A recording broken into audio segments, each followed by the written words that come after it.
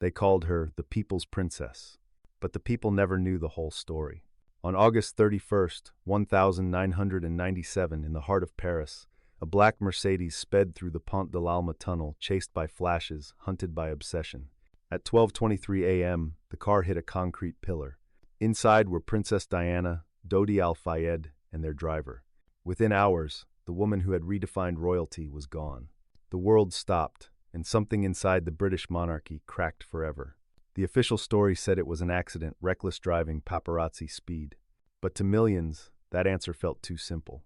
Why was the car going so fast? Why was there no seatbelt, no protection? And why, even as she lay dying, were cameras still flashing? Diana's death wasn't just a tragedy, it was a turning point. The moment when the crown lost its innocence, and the people realized the fairy tale had been a lie all along. For 15 years, she had played a role, the perfect princess, the perfect wife, the perfect symbol. But behind palace doors, she had become something the royal family couldn't control, human. She cried, she rebelled, she loved. And when she began to tell her truth, the world listened and the palace turned cold. So that night in Paris wasn't just the end of a life. It was the end of an illusion. Everyone remembers the crash, but few remember the war that led to it between a woman who wanted freedom and an institution built on silence. And the truth behind that tunnel is darker than the crown ever allowed you to see. Before she became the world's most photographed woman, Diana Spencer was just a shy 19-year-old girl, quiet, awkward, and almost invisible in the grand world of the British aristocracy. She worked as a nursery assistant in London, loved dancing, and dreamed of doing something meaningful. No one could have imagined that within a few years she would become the most famous woman on earth. She was born in 1961 into the Spencer family, an old English lineage with close ties to the royal house. Her childhood was privileged, but not peaceful. Her parents' bitter divorce left deep scars. Friends said she grew up craving affection, always trying to fix broken things, a trait that would define her entire life. When Prince Charles began courting her in the late 1970s, Diana was just 17. To the public, it seemed like a modern fairy tale, the shy girl chosen by the future king. But to those inside the palace, she was something else, a perfect candidate. Young, beautiful, pure. The monarchy needed an image of stability after years of scandal and decline, and Diana became its shining symbol. In 1981, their wedding was broadcast to more than 750 million people around the world. The carriages, the cathedral, the tiara, it was spectacle at its purest. But if you look closely at the footage, there's a moment when Diana turns toward the camera. Her eyes are smiling, but her expression flickers as if she already knows something is wrong. Because inside the palace, the fairy tale was cracking before it even began. Charles was in love, but not with her. The shadow of Camilla Parker Bowles haunted every room. Diana, still barely out of adolescence, found herself trapped in an emotional labyrinth. Adored by the public, ignored by her husband, and dissected by the press. The royal family wanted a symbol, not a person. But Diana refused to stay silent. Her warmth, her humanity, her refusal to follow the script, it all made her dangerous. While Charles spoke of duty, she spoke of love. While the palace insisted on restraint, she reached out and hugged AIDS patients on camera. While tradition demanded distance, she looked people in the eyes and made them feel seen. The world fell in love with her. The monarchy began to fear her. By the early 1990s, the cracks had become impossible to hide. The fairy tale had turned into public warfare, leaked phone calls, tabloid scandals, and a marriage collapsing in slow motion. Yet through it all, Diana transformed from victim to symbol. She learned how to use the same cameras that hunted her to tell her truth. And when she finally did, it shook the foundations of the crown itself. By the early 1990s, Princess Diana had become both the monarchy's brightest jewel and its greatest threat. To the world, she was radiant, smiling on magazine covers, comforting children in hospitals, shaking hands with those the royals would never touch. But behind the scenes, her life had descended into loneliness, betrayal, and quiet despair.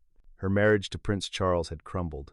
He was openly involved with Camilla Parker Bowles, the woman Diana had always known was waiting in the wings. Diana, only in her early 30s, found herself trapped in a palace of mirrors, her every movement watched, her every emotion dissected by tabloids that adored and devoured her in equal measure. In 1992, her private pain became public. Leaked phone calls, dubbed Camillagate, revealed Charles's affair in lurid detail. Soon after, Diana's own secret conversations with her voice coach were published recordings where she confessed her misery, bulimia, and suicidal thoughts. "There were 3 of us in this marriage," she said later in a BBC interview, her voice steady, her eyes defiant. That sentence changed everything. For the first time in history, a royal had broken the unspoken rule, never explain, never complain, and the world listened. While the palace grew cold, the public grew warmer. She became the symbol of empathy in a world obsessed with image. She hugged AIDS patients when others wouldn't. She walked through minefields in Angola, turning danger into compassion. She wasn't playing the role of a princess anymore, she was rewriting it. But the price was isolation. The royal family distanced themselves. Courtiers whispered she was unstable, unfit, too emotional. In truth, she was simply human. And that humanity made her unstoppable, and to some, unbearable. By 1996, the divorce was finalized. Diana was free on paper, but freedom came with a new kind of cage, the media. Paparazzi stalked her car, camped outside her gym, followed her into restaurants and vacations. The same public that had once adored her now consumed her every breath like a performance. And yet, for a brief moment, she found peace. In 1997, Diana began a relationship with Dodi Al Fayed, the son of billionaire Mohammed Al Fayed. Together, they escaped to the Mediterranean, trying to live outside the reach of the crown. Photos of them on a yacht in the south of France sparked a frenzy. Headlines screamed, "Diana's new love. The future queen marries a Muslim?" For the monarchy, it was a scandal. For Diana, it was liberation. Friends said she was finally happy. She laughed again. She was planning her next charity tours, considering a global humanitarian foundation. She even told one friend, "I feel like I have my life back." But freedom comes with danger, especially for someone who had once belonged to the most powerful institution in the world. That summer, as her romance with Dodi deepened, the paparazzi grew more aggressive. They followed them from resorts to airports to Paris, where, on the night of August 30th, 1997, the story reached its climax. A Mercedes S-280 sped away from the Ritz Hotel, chased by motorcycles and camera flashes. Diana sat in the back seat, exhausted, shielding her face from the light. Minutes later, in the Pont de l'Alma tunnel, everything went black. At 12:23 a.m., the car hit the 13th pillar at nearly 100 kilometers per hour. Dodi and the driver were killed instantly. Diana was pulled from the wreck alive barely. Paramedics fought for her life for over an hour. At 4 a.m., she was pronounced dead at Pitié-Salpêtrière Hospital. Outside, people lit candles and wept in the streets. The world mourned as if it had lost a sister. The monarchy, silent and distant, stayed behind closed gates. The woman they couldn't control in life had now become a legend in death, and her death, sudden, violent, and full of questions, would haunt the crown forever. The official story was meant to end there, a tragic accident caused by speed, alcohol, and paparazzi. The royal family issued brief condolences.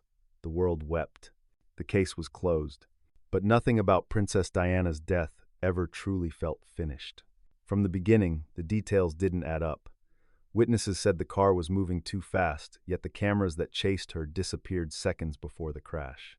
The driver, Henri Paul, was declared drunk, yet later tests revealed conflicting blood reports. The seatbelt that could have saved her life was jammed, and when paramedics arrived, Diana was still alive, conscious, whispering, "Leave me alone." But someone didn't. Instead of rushing her to the nearest hospital, French emergency teams treated her on site for nearly 40 minutes. By the time she reached the hospital, her pulse was fading. It was too late. And then came the silence. The palace remained quiet for 5 days. The Queen stayed at Balmoral. There was no flag at half-mast, no statement, no tears. The British public, once fiercely loyal, turned against their monarch overnight. Flowers piled up outside Kensington Palace, a sea of grief, anger, and disbelief. The people demanded answers not just about the crash, but about the coldness that followed. Rumors spread like wildfire. Some said it was negligence, others said it was assassination. Mohammed Al Fayed, Dodi's father, claimed the royal family orchestrated the crash, that Diana was pregnant with Dodi's child, and that her relationship with a Muslim man was an embarrassment the monarchy couldn't allow. British investigators denied it. The tabloids fed on it. The truth drowned somewhere in between. Then there were the letters, handwritten notes Diana had given to close friends years earlier. In one she wrote, My husband is planning an accident in my car brake failure and serious head injury to make the path clear for him to marry. Whether that was paranoia or prophecy, no one could say. But after her death, those words felt impossible to ignore. Even the men tasked with investigating the crash began to question what they were being told. Retired officers from Operation Paget, the official British inquiry, later admitted the evidence was inconclusive and that pressure from the royal establishment loomed over every stage of their work. In 2008, after 11 years of speculation, a London coroner finally ruled the case as unlawful killing caused by gross negligence from the driver and the pursuing paparazzi. It was closure, at least on paper.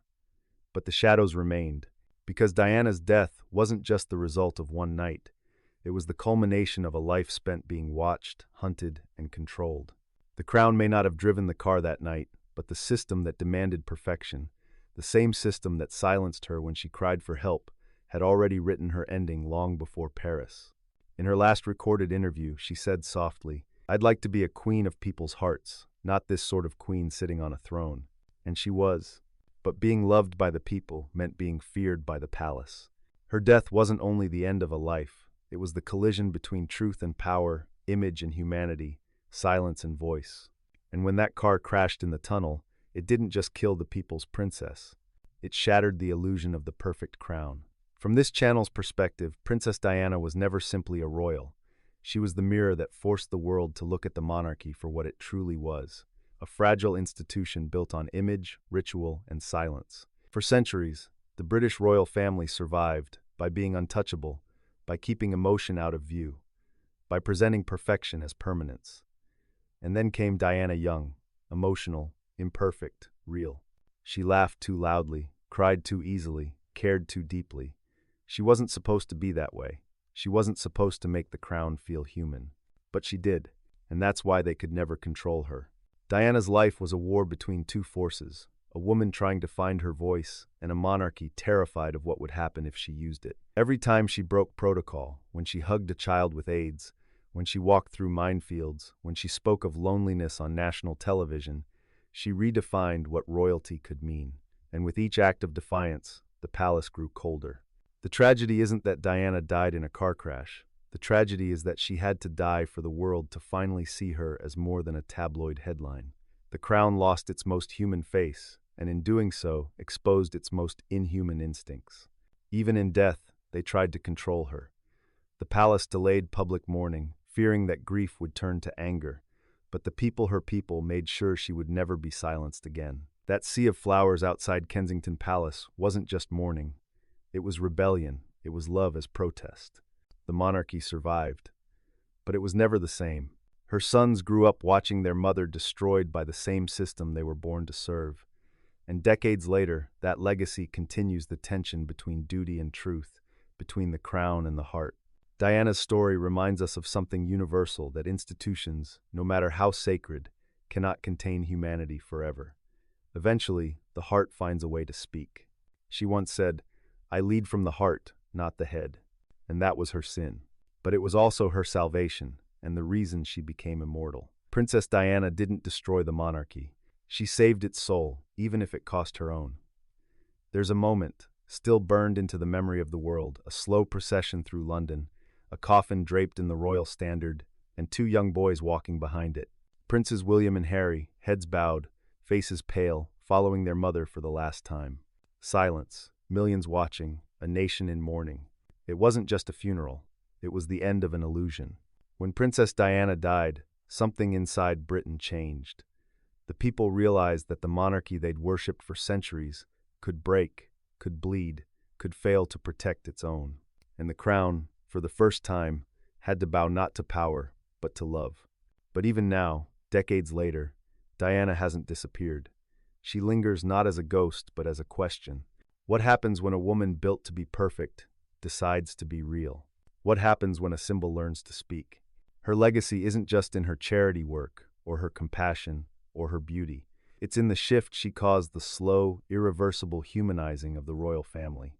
She showed the world that kindness is stronger than protocol, and that vulnerability, when wielded with courage, can change history. You can see her reflection everywhere, in her son's defiance, in every royal scandal that refuses to stay quiet, In every young woman who refuses to shrink, she became more than a princess. She became a language, one that says, you can be loved even if you break the rules. The world called her the people's princess. But maybe that was too small a title.